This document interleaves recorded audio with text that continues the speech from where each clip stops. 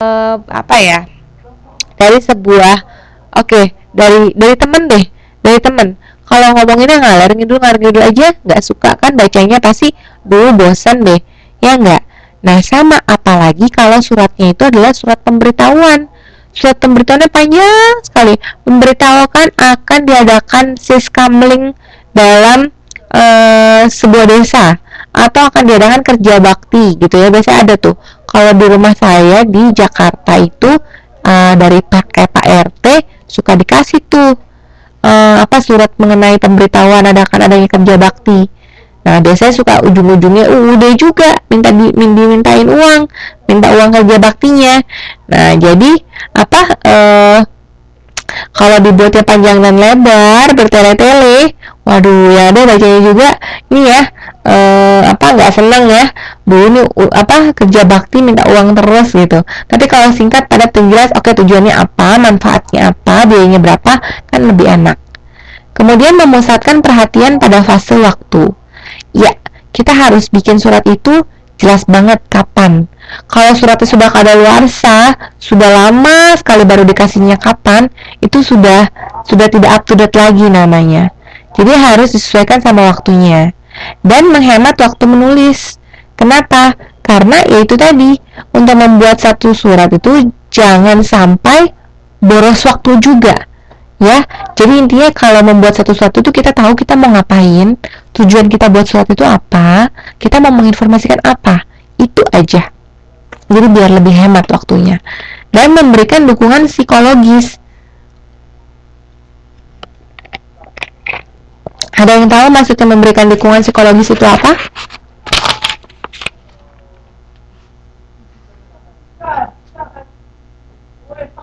Ada yang tahu? Masih pada hadir nggak nih? Agak bosen ya sama mata kuliah ini ya, mengenai bahas-bahas soal surat dan laporan. Oke, Mbak Dina, bisa bantu saya mungkin? Apa ya kira-kira kalau memberikan dukungan psikologis itu maksudnya?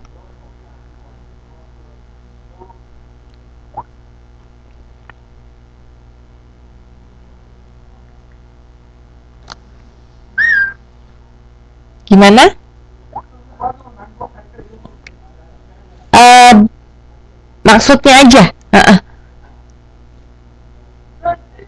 Oh, contohnya memberikan dukungan psikologis, memberikan dukungan dalam bentuk apa, Mas Rudi?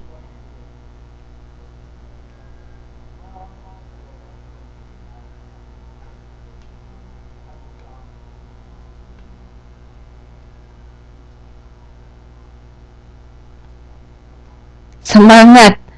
Oke. Oke, jadi kita bikin bikin suratnya itu yang memberikan dukungan gitu maksudnya. Maksudnya seperti itu?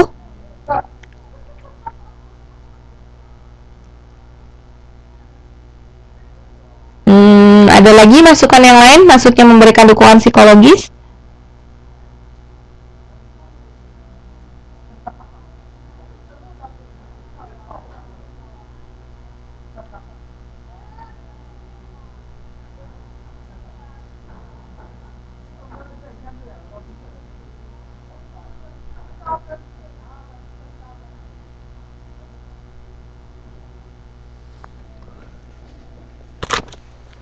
Oke, jadi maksudnya menghemat, memberikan dukungan psikologis itu adalah seperti misalnya kita berhasil membuat garis besar daripada suatu isi pesan.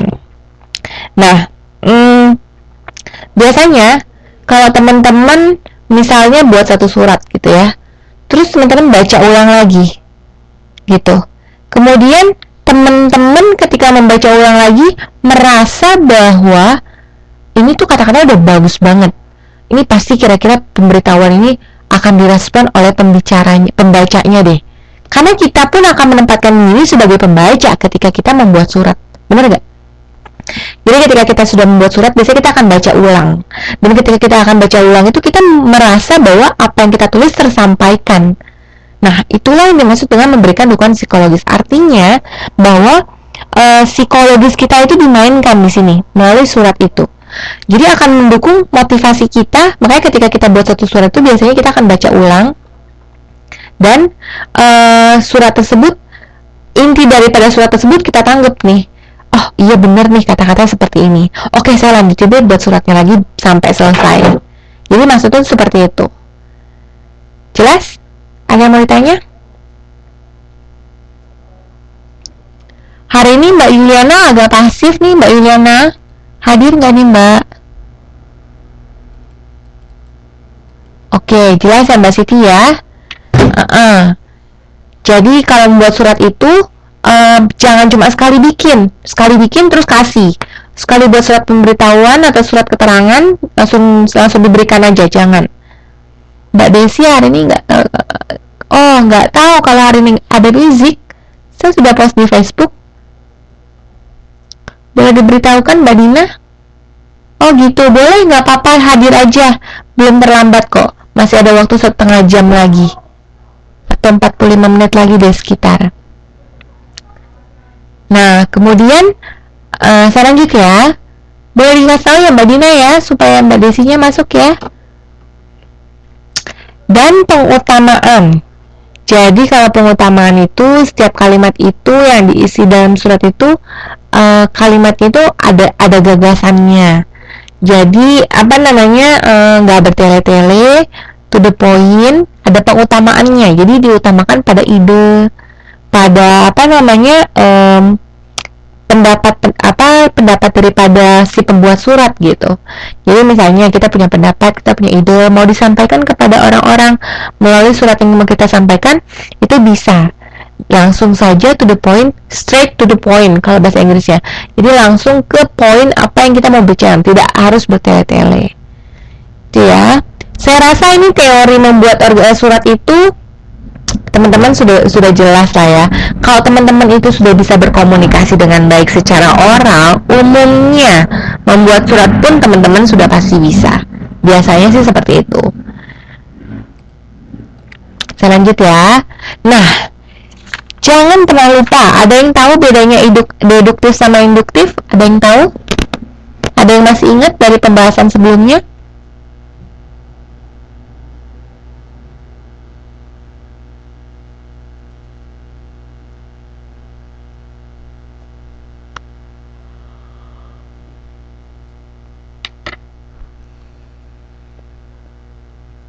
Mbak Dina, deduktif dari umum ke khusus. Mbak Desi, selamat malam Mbak Desi, akhirnya masuk juga ya.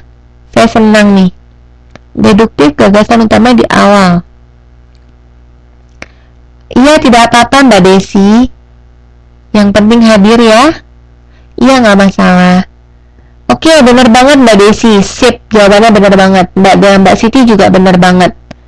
Berarti nggak sia-sia ya kalau ya nggak apa-apa Mbak Desi. Saya lanjut ya.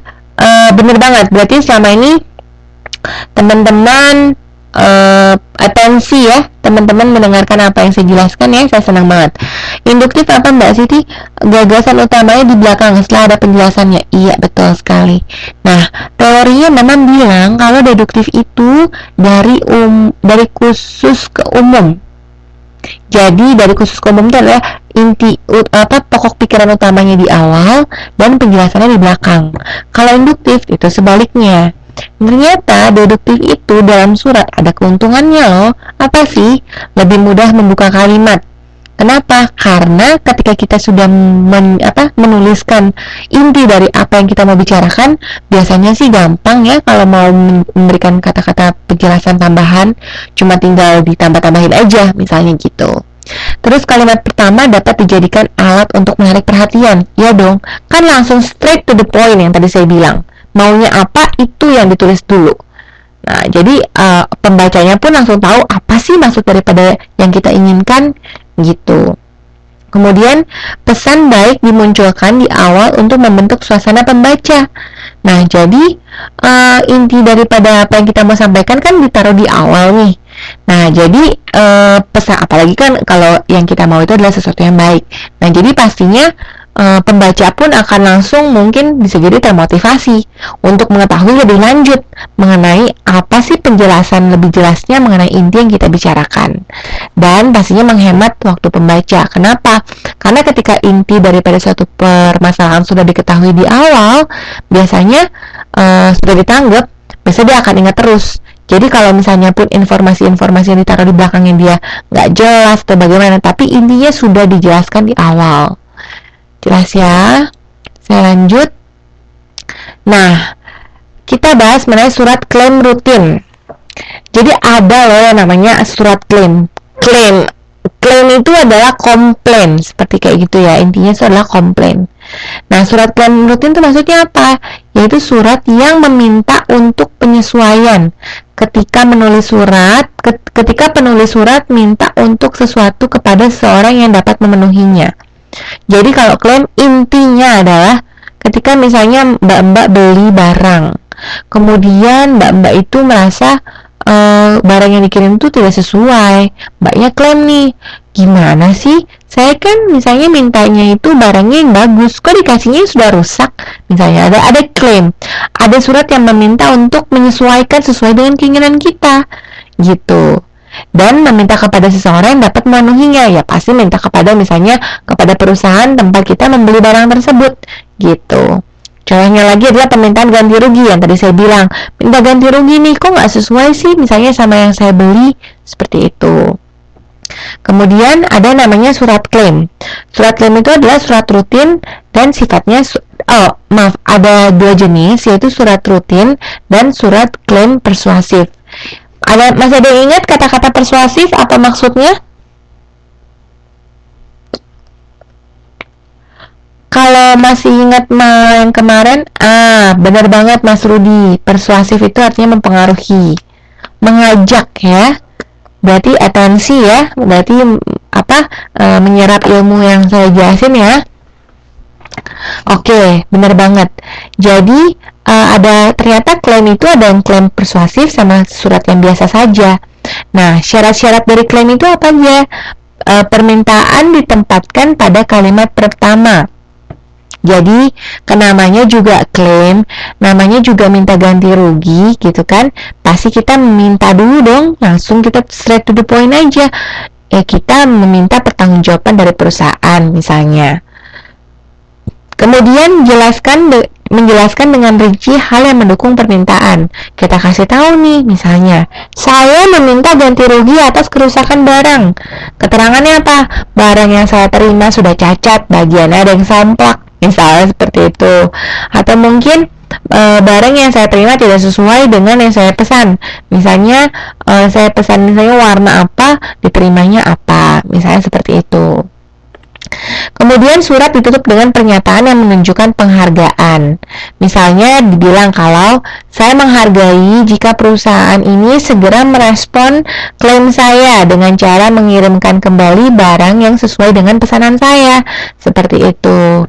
Itu berarti kita menghargai usaha daripada perusahaan tersebut untuk merespon klaim dari kita. Itu ya.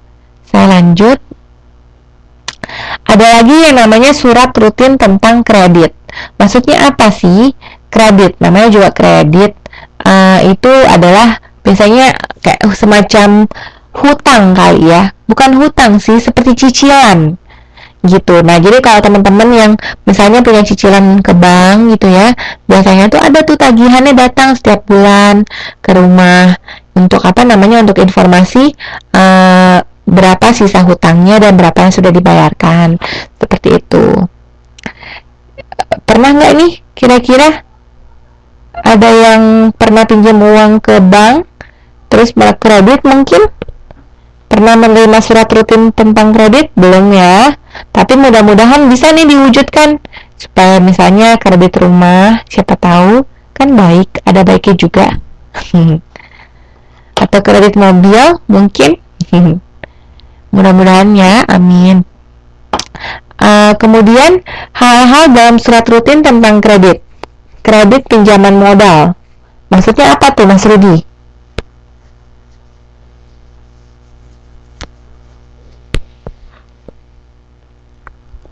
Kredit pinjaman modal itu maksudnya apa ya, Mas Rudy ya? Oh, ya bisa jadi.